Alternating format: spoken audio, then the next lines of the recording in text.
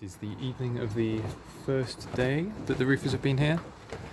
The entire front roof is down. They felted over it to leave it for the weekend. Boarded up this window, that was the really messed up dormer window. Fortunately, most of the timbers are actually in here. These diagonals, they're okay. A lot of the verticals are okay. The entire ridge section is okay. It's only the front three sections on here that we're starting to give out. So those bits, fortunately, are all we need to replace. And then once that frame is completed, then we can get this measured up for a window, which is gonna be started the next week. All of this is going to be replaced with Burlington slate. It was already Burlington slate, but obviously some of it is broken while being removed. And then, yeah, that room is so messy just because there's no skip at the moment. We tried to get one delivered, but it was too tight to have it. And then at the back of the property, here's all of the chimney stack that was up here. So there was a chimney that was in really dire need of being taken down. It was starting to fall down. So fortunately that is now here again, just waiting for the skip to come. And then we'll be good to go. That slanted roof there, that one is being done as a separate job next year, just because there's additional things that I'm going to be doing to my office, which is a lot more work. So that's a separate job. This one is just to make sure that the roof becomes waterproof in the short term. But yes, proper job. No longer going to have solar panels because I can't fit enough, basically. So that can't make it worth it. But here we go. Job is actually starting to happen now. Sorry for the dark and the noise. So I am up in my top floor, as you can see. This is the roof. It's off. So they've managed to get all of the slates down, all of the timbers that are required to come off. This front window here, this is the front elevation, that's the biggest dormer. So that dormer is the reason that I can't have solar panels, because there is too much shading to the roof, basically all the way through the day. Even though we are exactly 0 degrees south here, which you would think would make it perfect, unfortunately, because of the issues with the shading from the chimney, there's a big chimney stack with like 5 or 6 chimneys just up here, up there. And then there's obviously this dormer, and then the gable to the next door, the one row down, their gable is actually taller. So that gable shades in the evening. Man, there's a lot of noise. You realise it when you don't have a roof. Just felt above us. So, I mean, this is awesome. So this wall here, this one, is going to be moved to yeah, about, is that right, 2 meters? Maybe 1 meter. So I apologise for the darkness. Here is the door into what used to be the yellow room. You saw me take the ceiling down in there. This wall is going to be moved from here all the way back into, so we're now in the yellow room, to here underneath this purlin. So we're going to gain an extra, what's that? That's 4 feet, 5 feet? About 4 feet, 1.2 meters. And what we're going to have, therefore, is this door behind me, the jack doors. This door behind me is going to get filled in. That is no longer going to be a door. This is going to be an ensuite for this master bedroom behind me. It's losing quite a bit of the headroom. I need to work out where to have the shower. I assume probably this solid wall behind me. So there'll be a shower in this corner, probably a toilet maybe here, just where that door is, and then maybe a hand basin over yonder in the window. So you've got that nice view out over the bay. So that's exciting. Man, it's so hot up here. It's been like 28, 30 degrees for the last couple of days, so it's just been absolutely roasting, and especially now that there's no roof keeping out some of that heat. It's just coming straight in through this fabric. Absolute sauna. It makes you appreciate how damp some of this house is as well, because some of the rooms are so humid. Like where I'm going to be building my office, it's like maybe I'm going to need air conditioning. I don't know, there's just so far off in the future as well at this point. I mean, once the roof is done, I can get the next bit of structural stuff done, which is to do the lintel. In fact, it's going to be this lintel over here, because this one is so badly underspecified. We have multiple pieces of wood, we have rot. This is just super thin, it's not super deep. So I need to get this whole section expanded so that it's like a proper concrete lintel in here. That's going to be done. I need to make some serious decisions about this floor because of the rotten joist ends. I mean, maybe it could be left. I just need to find these things out. And then obviously the pièce de résistance will be cutting out this wall, and then we've basically got like the new layout done. And once we have the new, the ground floor layout with these openings done and the top floor layout done, the only change to the layout subsequent to that is going to be the bathroom, and I can't change that until I've got my office done, because I have to bring down that chimney. So that's the corner window. It's not really a layout change, but it is structural. That's going to be next year because funds and planning permission and there's just a lot of stuff for that. So yeah, that corner window is going to come down. It's going to bring down the whole chimney breast inside. We've removed the chimney from the outside now. That was falling down. And then we can also take it down in the bathroom. So we can't take it down in the bathroom until it's taken down in the room above, obviously, because it is supporting itself. Once we've done that, then I can move the bath. I can remove the stud wall in the bathroom to make it all into one room rather than a bath and separate toilet. Yes, then I can put a walk-in shower as well into that space. Just makes a lot better sense with the room rather than just having it mostly circulation space. We can have like central circulation space with more things in there. So circulation space is the number one thing that is kind of like a waste of space. Obviously you got to have breathing room, you got to have like nice layouts and schedule of accommodation in your buildings. But when it's just corridors, that's not really a good use of space. So there we have it. This year, hopefully, should see me finishing the major structural works to the property. And then I can do that new corner next year. That's the final piece of the puzzle. Once the corner window is done, I can re-render the back. That's the end of the last exterior thing for now. Oh yeah, I've got to do the drains as well. Man, this list just goes on. Every time I scratch it, it just keeps finding new and new things to be expensive. We have windows now on the top floor, which is pretty amazing.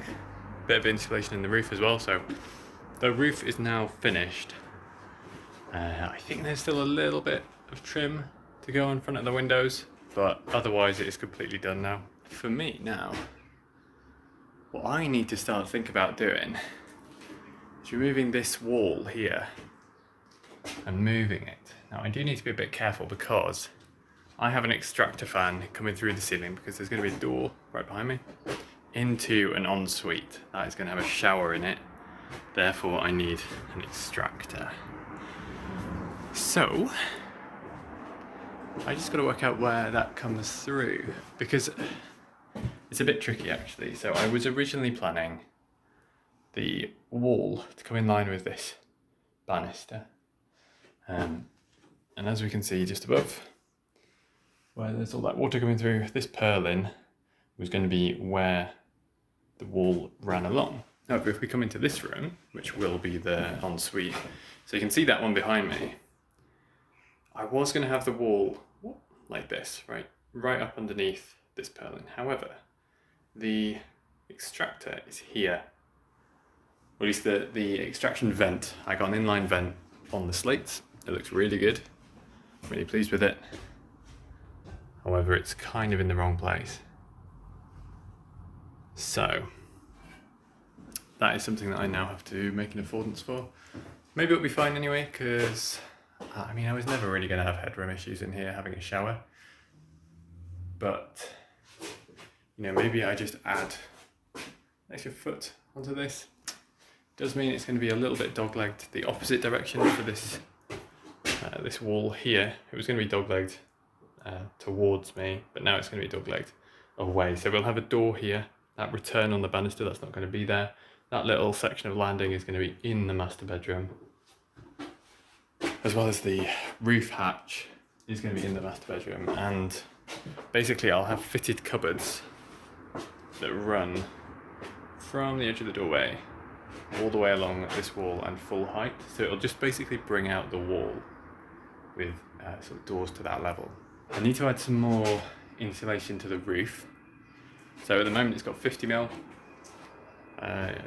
Well, I think it's called Ecotherm, but it's just like a standard insulation board. So what I now want to have happen is going to be another 50mm on the front, which I can then tape to make it a sealed membrane for building code, and then plasterboard on the front of that, and then skim. So the ceiling is going to come down a little bit further. However, obviously that wall is moving outwards some distance. How far is that going to go? So with the extractor vent addition, we're going to probably be looking about here.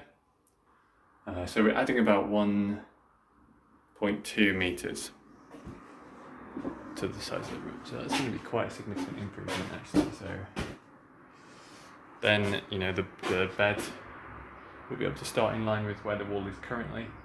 You've got a 4'6" double up to about here. And that's going to mean that we have plenty of circulation space. Even I can stand up under here, even if there's an extra 50mm. I'm only just going to be brushing it, and I can quite comfortably walk. Yeah, I can comfortably walk next to this bed. So that's going to be great. And obviously once there's a bathroom as well, or a shower room, then it's going to be a nice little space to hang out. But good lord, is it hot now that this is insulated. I need to nip out and actually wash these windows, because it's going to show up in the camera, but there's a lot of smear marks on there from where they were wiped down, and it's just been dusty. So just in the back of the house now, in the outrigger, this is where the original kitchen was, and that wall is still covered in oil and cat spray. So I can't really explain to you the smell of this house. It's hideous and it's not going away. So I think we just need to do a deeper clean, by which I mean removing all of the wall surfaces, which is crazy, but also the floor surfaces. Just the state of this kitchen was hideous. When I bought it, it was absolutely awful. So the tiles have soaked up a lot of stuff that you don't really want. I can't even really stand in there too long. Yeah, and then in this hallway there's other smells. So it's like every room is distinct and unpleasant. I'm really hoping that I can get rid of the smell, because if I can't get rid of the smell, there's no way I can actually live here, which is a bit of a pain. But like, surely once I've replaced the floor, ceiling, walls, and all of the fixtures, surely it's going to stop smelling, right? This house is too far gone, too far neglected for me to actually be able to save 90% of it. You know, like there's a room upstairs which we affectionately call the crucifix room, because when I bought it, there was a crucifix hanging upside down on the wall, and it has red curtains, like red gauze curtains, so the light in there was just murky and red, and it smells like death, and there was rubbish everywhere. There was loose floorboards. There was a hole in the floor that had been used as a literal rubbish bin. So I just need to work out how to get rid of the smell. I think it's really just going to be down to removing all of the plaster, removing the ceiling, maybe even replacing all of the floorboards. Every time I think to do anything, every time I touch anything in this house, it turns into a 4-figure sum of money, or sometimes a 5-figure sum of money. And that is worrying, because I don't have unlimited money. So what am I gonna do? Okay, it's a little bit dark in here at the moment, so apologies for the lighting, but as you can see, I have stripped off all of the wallpaper in this room. It came off super easy. It was basically the full height sheets in one go, so nice. I haven't taken off any of the rest of it in this room, just because I don't really need to at this point, and I don't want to lose the light. So yeah, this one's coming out. I've got a line drawn on it, just to make sure that that's set in stone. That is the only like mission critical dimension that is going to happen basically for these two openings. That is the only one, because we're having the kitchen counter run into it. Need to make sure that there's enough space there. So we've got 600mm off the front of the chimney breast, which is which is an extra 300 off here, so 900 plus 100 at the front, just to allow some wiggle and cover things like drawer handles when you're sat in the dining room. Yeah, so there we go. So it's 1,000 off that corner, just gives out the cut, and then that's going to open all the way up, just leaving a 6-inch stub at this end until probably about here. So it's going to be a nice big opening. And then coming through, we have the hallway opening as well, which is going to be done here. I've just taken off that wallpaper as well. It's a bit scratchy, didn't steam it off, I just scraped it. So yeah, it looks a lot better to me. I much prefer it when it's clearly intentionally rough rather than just falling to pieces and scruffy. Had a bit of a question mark over some sockets though. I had to remove the socket that was here, and then there's one on the other side as well in the same place. They were actually on the upstairs socket fuse and the fuse board. So I need to, realistically I need to get the whole house completely rewired. I think it really just needs it.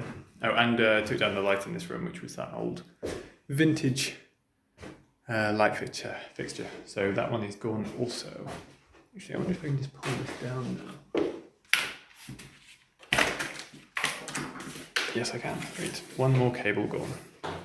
So on Tuesday, I'm going to be seeing the Bricky. I'm going to come here and then I will meet him at 8 AM. I'm going to let in, there's something called a genie lift, which helps lift up the lintels into position. Yeah, so he's just going to come, he's going to cut out these walls, he's going to fit 2 lintels in here and then one on that little room at the back for the window. And yeah, that's going to be it done at that point. So that's huge. This feels like one of the big jobs. The roof is finished now. Windows look great. The roof is working great. The back roof needs doing, but that's going to be done when I do the office window. Hopefully next year. I need to get that priced up so I know how much to save, because that's just, yeah, that's going to be crazy, man. That's going to be so expensive because that's a whole roof and rebuilding the corner of the house. I do wonder with this house if I'm dreaming bigger than I can reasonably actually afford. It's just, I know, if I'm going to be looking at it for 20 years, then I want it to be good.